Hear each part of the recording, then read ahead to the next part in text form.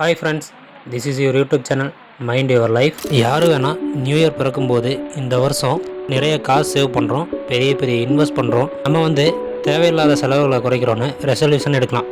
ஆனால் கன்சிஸ்டண்ட்டாக அந்த விஷயங்களை எல்லாம் ஃபாலோ பண்ணுறோம்ன்றது தான் முக்கியம். மாஸ்டராக இருப்பதற்கான அடையாளமும் கூட.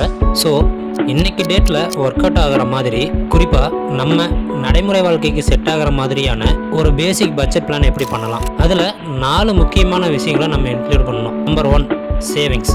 உங்களுடைய குறுகிய மற்றும் நீண்ட கால இலக்குகளை நம்ம ரியாலிட்டிக்கு கொண்டு வரணும் அப்படின்னா உங்கள் பணத்தை சேமிப்பதற்கான வழிகளை ஃபஸ்ட்டு ஸ்டார்ட் பண்ணணும்.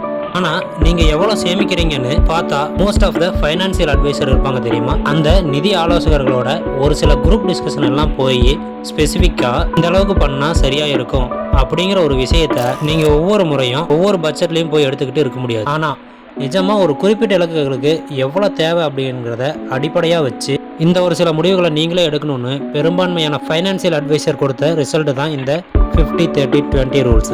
இதில் 50% நம்மளோட தேவைகள், அடிப்படை நீட்ஸ் இருக்குது தெரியுமா, அதுக்கும் நம்ம 30% நம்மளோட வான்ஸ், அதாவது டேஸ்ட் அண்ட் ப்ரிஃபரன்ஸ்க்கு ஏற்ப நம்மளால் நிஜமாக ரொம்ப இறுக்கி பிடிச்சி வாழ்ந்தா கூட அட என்னடா அது அப்படின்ற ஒரு நிலைமைக்கு வந்துடுவோம். ஸோ அதையும் கொஞ்சோண்டு நாம் யூஸ் பண்ணிக்கலாம். ப்ளஸ் ஒரு 20% நிச்சயமாக சேவிங்ஸ்க்கு எடுத்து வச்சே ஆகணும். 10 ரூபா அப்படின்னா அதில் 5 ரூபா நமக்கு தேவையான பொருட்கள், அதில் பாக்கி 3 ரூபா நமக்கு என்னெல்லாம் வாங்கணும்னு தோணுதோ அந்த மாதிரி விருப்பங்கள், பாக்கி 2 ரூபா நிச்சயமாக சேவிங்ஸ்க்கு எடுத்து வச்சே ஆகணும். இதுதான் திட்டமிடல் ஒரு குறுகிய காரணம். பல இலக்குகளுக்கு உடனடியாக பணம் தேவைப்படும். அதனால் உங்களுக்கு ஒரு சேவிங்ஸ் அக்கௌண்ட்டு இல்லை டக்குன்னு தேவைப்படுற இன்ஸ்டன்ட் கேஷ் அக்சஸுக்கான ஒரு செக்கிங் அக்கௌண்ட் மாதிரி உங்களுக்கு ஒரு பேங்க் அக்கௌண்ட் தேவை. நம்ம ரெக்யர்மெண்ட்டை பொறுத்து சில மாதம்தான் நமக்கு வேணும் அப்படின்னா அந்த ஒரு டைம் பீரியட் பொறுத்து நம்ம ஃபிக்ஸடாவோ இல்லை ரெக்யர்மெண்ட் டெபாசிட் மாதிரியோ இந்த ஷார்ட் டேர்ம் கோல்ஸுக்கு தேவைப்படுற அமௌண்ட்டுக்கான டெபாசிட் ஸ்கீமை ஸ்டார்ட் பண்ணுற பல நேரங்களில் கை கொடுக்கும். இதுதான் சேவிங்ஸை பொறுத்த வரைக்கும் நாம் எடுக்கக்கூடிய ஒரு வைஸ் டிசிஷனாக இருக்கும். இப்போது எக்கச்சக்கமான சேவிங் ஸ்கீம், டெபாசிட் பிளான் நம்மளை சுற்றி இருக்குது. ஆனால் ஒரு கம்பெனி ஏஜென்ட் மாதிரி நானே உங்ககிட்ட இதில் பண்ணுங்க சூப்பராக இருக்கும், உங்கள் அமௌண்ட்டுக்கு எதுவும் ஆகாது அப்படின்னு நான் சொல்லலாம். ஆனால் அது ஏன் பர்சனல் சாய்ஸாக இருக்கும், அதை இன்ஃப்ளூயன்ஸ் பண்ணுற மாதிரியும் இருக்கும். இன்ஸ்டீட் ஆஃப் தட், இந்த மாஸ்டரிங் யுவர் மணி கேம் அப்படின்னா ஒருத்தருக்கு பசிக்குதுன்னா ஜஸ்ட் மீன் பிடிக்க சொல்லி கொடுத்தோன்னா இன்னும் ஈஸியாக இருக்கும். அவங்க வாழ்நாள் முழுக்க சர்வை பண்ணிப்பாங்க, எந்த ஊருக்கும் எந்த நாட்டுக்கு போனாலும் சரி.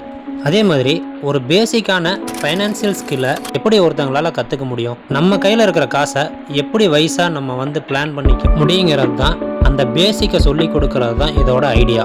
இப்போ 2வது ஃபேக்டர்ஸ், இன்வெஸ்ட்மெண்ட். முதலீடு என்பது சந்தை அபாயங்களுக்கு உட்பட்டது. கையெழுத்து போகிறதுக்கு முன்னாடி பேப்பர் ஒழுங்காக படிங்க, அப்படி இல்லைன்னா நாங்கள் எதுக்குமே பொறுப்பு இல்லை அப்படின்னு சொல்லும்போது இந்த டிஸ்க்ளைமரை பார்த்து பல மக்களுக்கு பயமாக இருக்கும். ஆத்தாடி கையில் இருக்கிற காசு ஒரேடியாக போயிடுமோ அந்த மாதிரி ஒரு எண்ணத்தில் நம்ம என்ன பண்ணிடுவோம்னா காசு எல்லாம் எடுத்துகிட்டு போய் சேவிங்ஸ் பேங்க்லேயே பத்திரமா இரு, கம்மியான வட்டியாக இருந்தாலும் பரவாயில்ல, எனக்கு பத்திரம் தான் முக்கியம்னு நம்ம வச்சுடுவோம். ஆனால் இது ஒரு ஆப்ஷன் தான். இன்னொன்று, சப்போஸ் நீங்கள் உங்களோட பட்ஜெட்டை ரொம்ப எஃபெக்டிவாக ஒர்க் அவுட் பண்ணணும் அப்படின்னு நினைச்சீங்கன்னா உங்கள் கைக்கு வர வருமானத்தை ஒரே இடத்துல தேங்கி நிற்காம பல வருஷங்களாக அதை க்ரோ பண்ணணும் அப்படின்னு நினைக்கிறது தான் சரியான ஒன்று. அதனால தான் நீங்கள் பல்வேறு முதலீட்டு விருப்பங்களை ஆராய்ச்சி பண்ணணும், எக்ஸ்ப்ளோர் பண்ணணும்னு பல ஃபைனான்சியல் அட்வைசர்ஸ் சொல்கிறாங்க. இப்போது கூடுதல் ஹை இன்ட்ரெஸ்ட் ரேட் இருக்கக்கூடிய ஒரு சில காம்பவுண்ட் ரிட்டர்ன்ஸ்னு சொல்கிறாங்க தெரியுமா, அந்த மாதிரியான இன்வெஸ்ட்மெண்ட் ஸ்கீம் உங்களுடைய காசு பணத்தை சீக்கிரமாக வளர்க்குறதுக்கு யூஸ்ஃபுல்லாக இருக்கும்.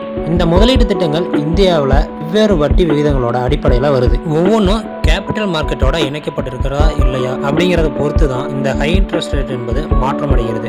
ஸோ இதில் எது நம்ம பணத்தை இன்னும் அதிகமாக வளர்க்கும் அப்படிங்கிற ஒரு சேஃபஸ்ட் பிளானை நாம் சூஸ் பண்ணுறதுல தான் விஷயம் இருக்குது. இன்வெஸ்ட்மெண்ட்டை பொறுத்த வரைக்கும் ரிஸ்க் ஃபேக்டர் எல்லாத்துலேயுமே இருக்குது. என்ன எதில் கம்மியாக இருக்குது எதில் ஜாஸ்தியாக இருக்கிறதுங்கிறது வேணால் மாறுமே தவிர ரிஸ்க் இல்லாத ஒரு இடம் அப்படின்னு எதுவுமே கிடையாது. அப்யூஸ்லி நாம் ஒரு சில விஷயங்களை சரிவர பார்த்து புரிஞ்சு அதுக்கப்புறமா இன்வெஸ்ட் பண்ணுறோம் அப்படின்னா நிச்சயமாக நம்ம பணம் ஒரு நல்ல ஸ்டேஜ் அடையும். அடுத்த ஃபேக்டர் காப்பீடு, அதாவது இன்சூரன்ஸ். இந்தியா கண்ட்ரியை பொறுத்த வரைக்கும் பட்ஜெட் பிளானிங்கில் ஒரு முக்கிய பகுதி காப்பீட்டுக்கு வழங்கப்படுகிறது. குறிப்பாக ஆயுள் அல்லது கால காப்பீடு, அதாவது லைஃப் டைம் இன்சூரன்ஸ் இருக்கு இல்லையா, அதை பொறுத்த வரைக்கும் ரொம்ப ஒரு செக்யூரான சேஃபான காப்பீடு திட்டமாக கருதப்படுது. நம்மளோட லைஃப் வந்து ரொம்ப அன்சர்டைன், எப்போ நமக்கு என்ன ஆகுன்றதே தெரியாது. ஸோ நம்ம இல்லாத சந்தர்ப்பங்களில் ஒரு எமர்ஜென்சி சுச்சுவேஷன்ல நம்ம ஆப்ஷன்ஸ்ல இந்த லைஃப் ஆல்டரிங் டைம் வரும்போது நம்மளோட லவ்ட் ஒனுக்கு, நம்ம ஃபேமிலிக்கு ஒரு பெரிய தொகை இருந்துச்சு அந்த டைம்ல அப்படின்னா, அதாவது தேவையில்லாத அச்சுறுத்தல்களுக்கு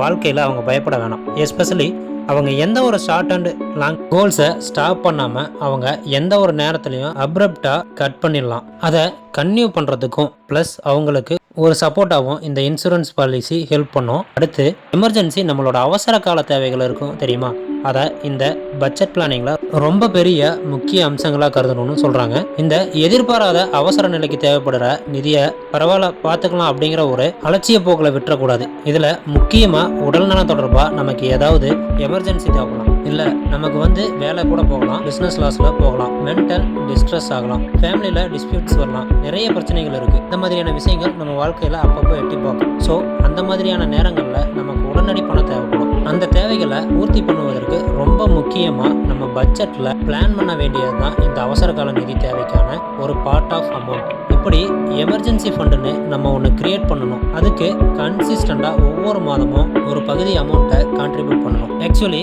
எமர்ஜென்சி ஃபண்டு எதை குறிக்குதுன்னா, 6 மாதத்துலேருந்து 1 வருஷம் வரைக்கும் நம்மளால் எந்த ஒரு வருமானமும் ஈட்ட முடியலனாலும் நம்ம குடும்பத்தை எப்படியாவது காப்பாற்றிடணும்னு எதற்கும் தேவைப்படும் அப்படின்னு முன்கூட்டியே ஒரு அமௌண்ட்டை சேர்த்து வைக்கிறதுக்கு பேர் தான் இந்த எமர்ஜென்சி ஃபண்டு. அடுத்தது ரொம்ப லாங் டேர்மான ஒரு கோல்னு சொல்லலாம், ரிட்டையர்மெண்ட் பிளானிங். இந்த லாங் டேர்ம் வரவு செலவு திட்டத்தில் நம்ம இன்க்ளூட் பண்ண வேண்டிய ரொம்ப முக்கியமான ஒரு பிளான் தான் இந்த ஓய்வூதிய திட்டமிடல். நம்ம ஒர்க்கிங் பீரியட் எல்லாம் முடிஞ்சதுக்கப்புறம் ரிட்டையர்மெண்ட் ஏஜ் அப்படின்னு ஒன்று வரும். அந்த வயசு தொடும்போது நம்மளுக்கு ஒரு சில தேவைகள் இருக்கும். எஸ்பெஷலி நம்மளால் வேலைக்கு போக முடியாது, இருந்தாலும் நமக்கு ஒரு இன்கம் அப்படிங்கிறது எதுலையாவது இருந்து வந்தால் நல்லாயிருக்கும் அப்படின்னு நமக்கு அப்போ தோணும். அதுக்கு முன்கூட்டியே ஒரு சில நடவடிக்கைகளை எடுத்தால் தான் அன்னைக்கு நம்மளால் கொஞ்சமாவது ரிலாக்ஸாக உட்கார முடியும், லீன் பேக் பண்ணி உட்கார முடியும். நீங்கள் கேடி பில்லா கில்லாடி ரங்கா படம் பார்த்துருக்கீங்களா? அதில் வந்து டெல்லி கணேஷ் அவர்கள் ரொம்ப அற்புதமான ரிட்டையர்மெண்ட் ஏஜில் நம்ம எப்படிப்பட்ட ஒரு வாழ்க்கையை வாழணும்னு ஒரு டெஃபினேஷன் சொல்லியிருப்பார். அந்த மாதிரி அவ்வளோ ஹையாக வாழலை அப்படின்னாலும் ஓரளவுக்கு நம்ம கையை பிசையாமல் யாருக்கிட்டையும் கடன் வாங்காமல் அட்லீஸ்ட் நம்மளோட அந்த வயதான காலத்தில் நல்லா இருக்கணும் அப்படின்னா ஒரு ஸ்ட்ரெஸ் ஃப்ரீயாக ஒர்க்கிங் லைஃப் எல்லாம் முடித்ததுக்கு அப்புறமா மன அழுத்தம் இல்லாமல் வாழ்வதற்கு இந்தியாவில் ஓய்வூதிய திட்டங்களை கண்டுபிடிச்சி முதலீடு செய்கிறது கட்டாயமாகவும் தீவிரமாகவும் இருக்கணும்னு ஃபினான்ஷியல் அட்வைசர் சொல்கிறாங்க. இந்த ஓய்வூதிய திட்டங்கள் நம்மளோட பணத்தை பெருக்கி நம்மளோட கோல்டன் இயருக்கு ஒரு செகண்ட் இன்கம் பில்ட் பண்ணுறதுக்கு இந்த